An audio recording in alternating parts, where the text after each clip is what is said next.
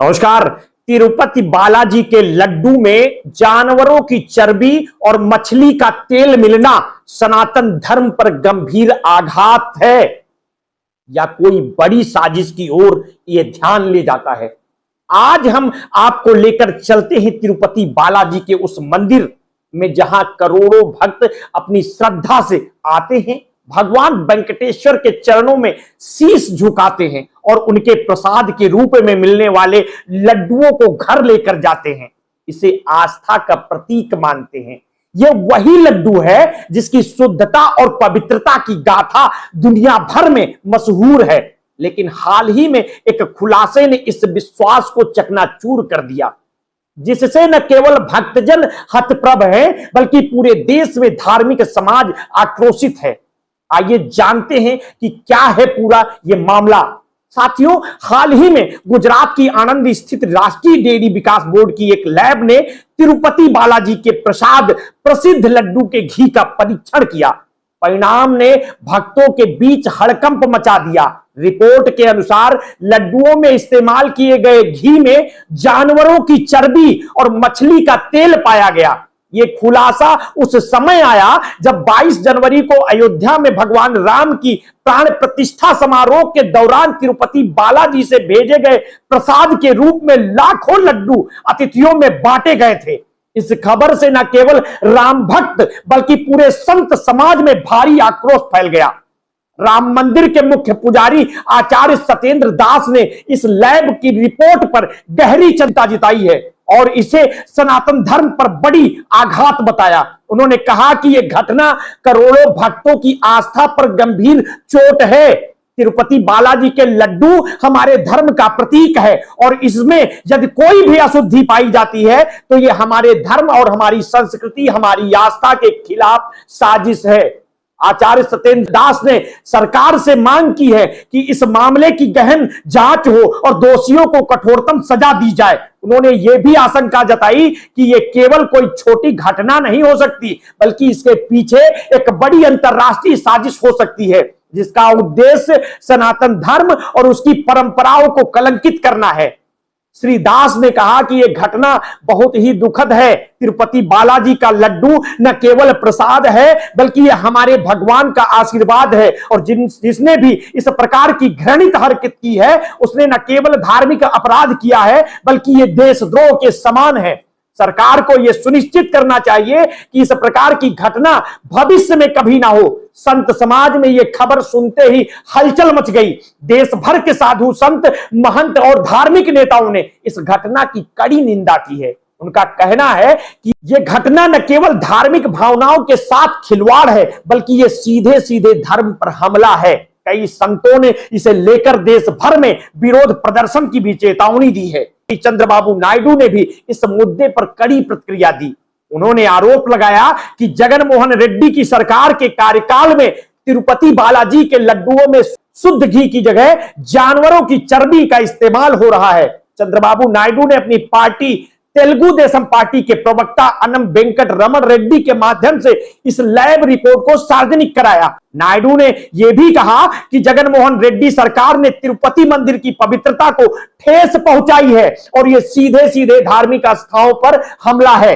नायडू के इन आरोपों ने इस विवाद को और भी जटिल बना दिया है। उनके बयान के बाद न केवल आंध्र प्रदेश की राजनीति में उबाल आ गया बल्कि पूरे देश में इस घटना को लेकर नई बहस छिड़ गई है।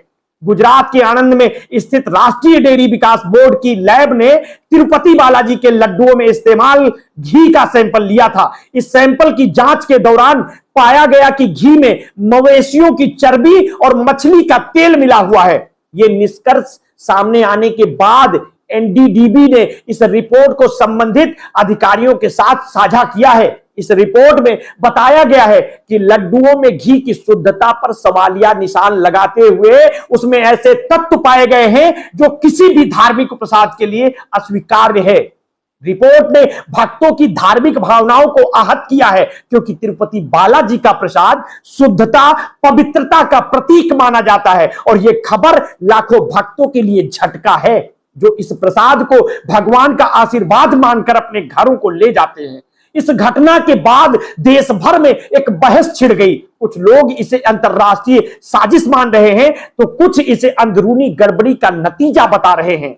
संतों का मानना है कि यह सनातन धर्म पर चोट पहुंचाने के लिए की गई एक साजिश हो सकती है। उनका कहना है कि तिरुपति बालाजी मंदिर की प्रतिष्ठा को धूमिल करने के लिए इस तरह की घटना को अंजाम दिया गया होगा। दूसरी ओर कुछ लोग ये सवाल उठा रहे हैं कि यह घटना मंदिर के अंदरूनी प्रबंधन की लापरवाही का परिणाम हो सकता है। उनका कहना है कि इस मामले की गहराई से जांच होनी चाहिए ताकि यह स्पष्ट हो सके कि आखिर यह गलती कहां से हुई। इस घटना के बाद सरकार और मंदिर प्रशासन पर भी सवाल उठने लगे।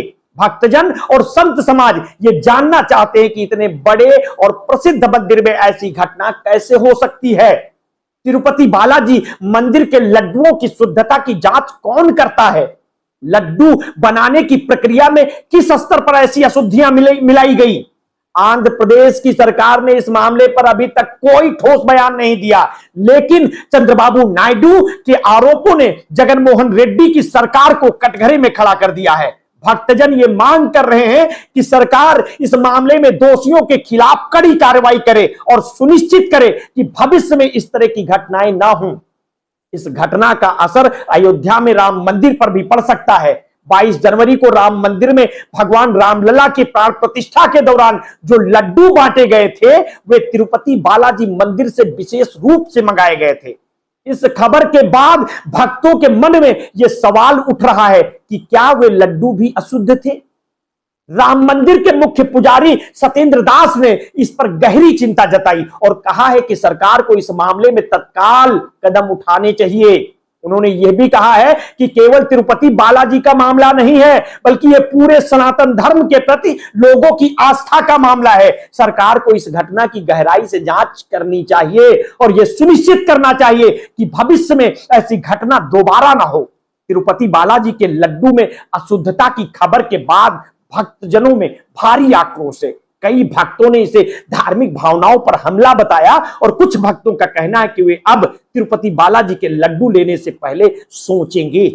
एक भक्त ने कहा कि तिरुपति बालाजी के लड्डू भगवान का प्रसाद होते हैं और हमें इस प्रसाद की शुद्धता पर पूरा विश्वास होता है, लेकिन इस खबर के बाद हमारी आस्था को गहरा धक्का लगा है। और दूसरी ओर कुछ भक्तों का मानना है कि यह घटना एक साजिश है और तिरुपति बालाजी मंदिर को बदनाम करने की कोशिश की जा रही है। उनका कहना है कि उन्हें अपने भगवान और मंदिर की पवित्रता पर पूरा भरोसा है और वे इस घटना से प्रभावित नहीं होंगे। तिरुपति बालाजी मंदिर के लड्डुओं में जानवरों की चर्बी और मछली के तेल का मिलना न केवल आस्था पर आघात है बल्कि ये एक गहरी साजिश की ओर भी इशारा करता है।